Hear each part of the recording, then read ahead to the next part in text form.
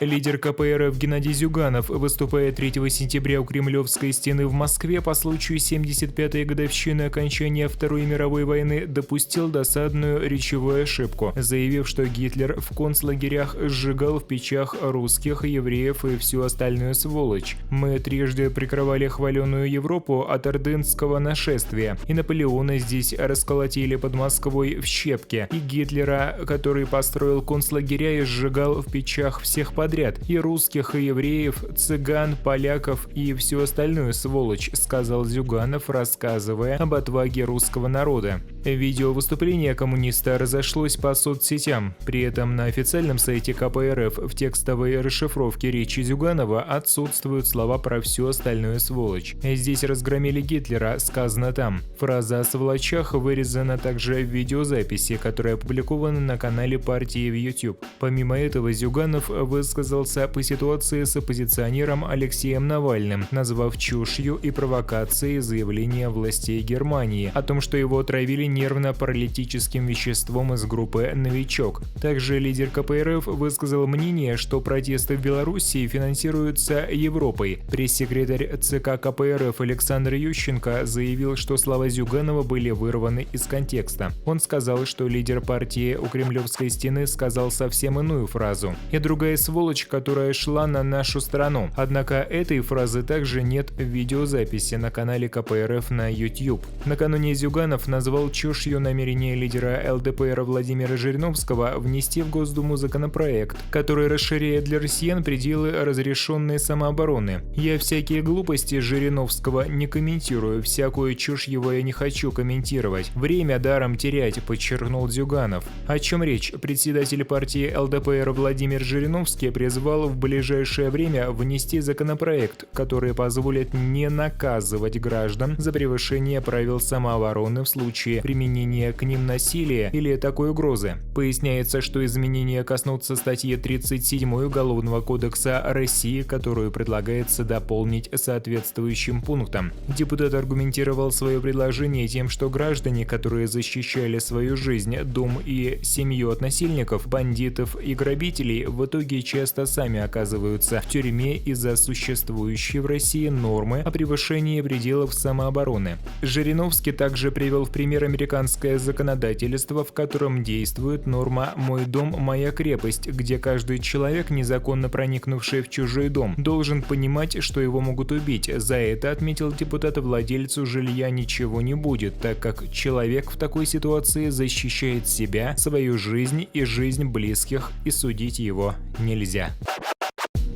Близкий к Кремлю российский политолог Сергей Марков рассказал, что произойдет с Россией в течение нескольких ближайших месяцев, и призвал власти страны готовиться к этому уже сейчас. Российское государство официально будет признано частично преступным. Об этом написал на своей странице в социальной сети Facebook. По его словам, ситуация будет развиваться стремительно. На фоне оккупации Крыма, вторжения в Донбасс и применения химического оружия в Британии Россия получит официальное обвинение в отравлении лидера оппозиции Алексея Навального. Через несколько недель после этого Россию обвинят в соучастии в сбитии Боинга над Донбассом в 2014 году. В ноябре будет обвинение во вмешательстве в выборы в США и в организации массовых протестов, к чему, вероятно, готовится Кремль. Марков считает, что Запад не станет объявлять открытую войну России и не будет усиливать санкционный режим, а сразу начнет массовые аресты российской собственности за рубежом. Кремлевский политолог считает, что российские власти должны готовиться к тяжелой конфронтации с Западом уже сейчас. В свою очередь, пресс-секретарь президента России Дмитрий Песков уверяет, что отравление Алексея Навального не могло быть кому-то выгодно. По его словам, не стоит обвинять в этом Россию и пытаться спихнуть все на Кремль. Также Песков не понимает, по какой причине начались обсуждения дополнительных санкций против России. Отмечается, что Путин не намерен комментировать ситуацию относительно данных данных германского правительства о том, что Навального отравили веществом по типу «Новичок». Также он не будет проводить дополнительные переговоры с Меркель без необходимости. Песков подчеркивает, что пока рано делать выводы по данному делу и необходимо более тщательнее разобраться в этом вопросе.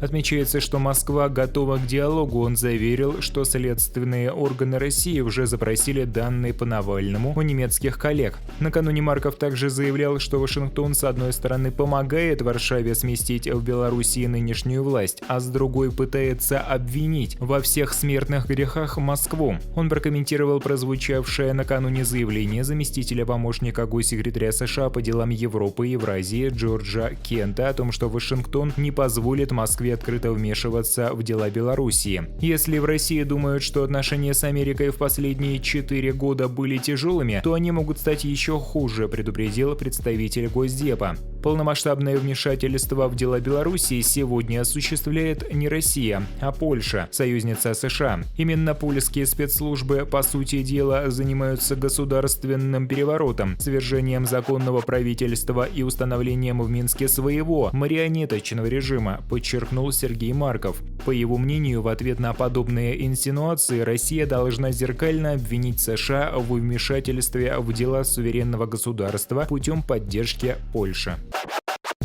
Лидер гражданского протеста против аккумуляторного завода в Бресте высказался о текущей ситуации в Белоруссии. Дмитрий Бекалюк – один из тех, кто участвовал в организации массовых выступлений брестчан против строительства аккумуляторного завода. Очевидно, что эта тема сейчас отошла на второй план, обещанный референдум так и не объявлен, а новые хозяева завода заняли выжидательную позицию. Однако Дмитрий убежден, что брестчане своими протестами очень сильно повлияли на рост гражданской активности в Белоруссии. Мы показали всем, что нужно и можно на законных основаниях отстаивать свое право. И это очень важный момент в деле формирования гражданского общества, сказал активист в интервью. Впрочем, перспективы этого большого общенационального протеста видятся ему весьма туманными, если не сказать мрачными. Очевидно, что власти и силовики грубо нарушили закон, 5 погибших, 23 пропавших без вести, 450 подтвержденных случаев пыток за время протестов, таковы данные ООН. Конечно, за это виновные должны отвечать, но пока, к огромному сожалению, ситуация складывается так, что у оппонентов режима нет лидера. Как бы мы ни относились к Тихановской, за нее проголосовало большинство, и ее действия должны коррелироваться с интересами большинства. Сейчас этого, увы, не происходит. Что будет дальше, не знаю. На мой взгляд, в стане протестующих разброд и шатание. В такой ситуации люди могут еще 2 недели походить с флагами по улицам, после чего протесты угаснут. Этим легко воспользуется Россия, которая для меня, это совершенно очевидно, просто так Беларусь не отпустит. Экономически мы сейчас очень уязвимы. На следующей неделе Лукашенко поедет в Москву, дожать слабого партнера, затем заставить подписать его какие-то документы. Это ведь несложно на самом деле. Зная характер Путина, могу предположить, что именно так ситуация и будет развиваться, после чего Беларусь может быть объявлена автономией в составе России. Не удивлюсь, если с Новым годом нас будет поздравлять Путин. Есть мнение, что в этом случае вся страна, миллионы людей выйдут на улицы.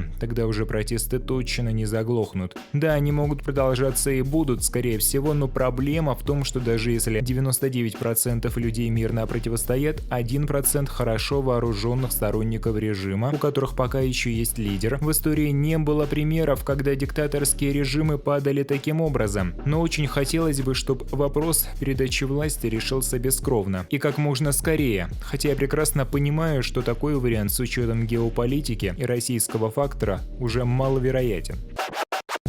Бывший губернатор Хабаровского края Сергей Фургал, которого обвиняют в организации убийств 15-летней давности, назвал свое уголовное дело политическим. Об этом он заявил на заседании суда, где решается вопрос о продлении политику меры пресечения. Следствие попросило закрыть судебное заседание, поскольку материалы уголовного дела содержат охраняемую государством тайну. Прокурор поддержал это ходатайство, а Фургал высказался против. С первого дня своего ареста считал и считаю, что это дело политическое. Нет оснований для закрытия процесса, так как нет гостайны. Люди продолжают выходить на многотысячные акции. Считаю, что их мнение нужно уважать, заявил экс-губернатор. Фургал также рассказал о давлении на него со стороны следствия. Старший следователь дал мне понять, что если не признаю вину, к уголовной ответственности будут привлечены моя бывшая супруга и старшая дочь, отметил он. Фургал также попросил суд оставить открытым. Сотни тысяч моих избирателей имеют право знать, что происходит в отношении меня. 16 лет я, кроме поощрений и наград, ничего не получал. И вот сейчас я слышу, что прокурор говорит, что мной создана группа лиц, которая занималась устранением неугодных людей. В любой ситуации должно быть чувство меры, сказал он.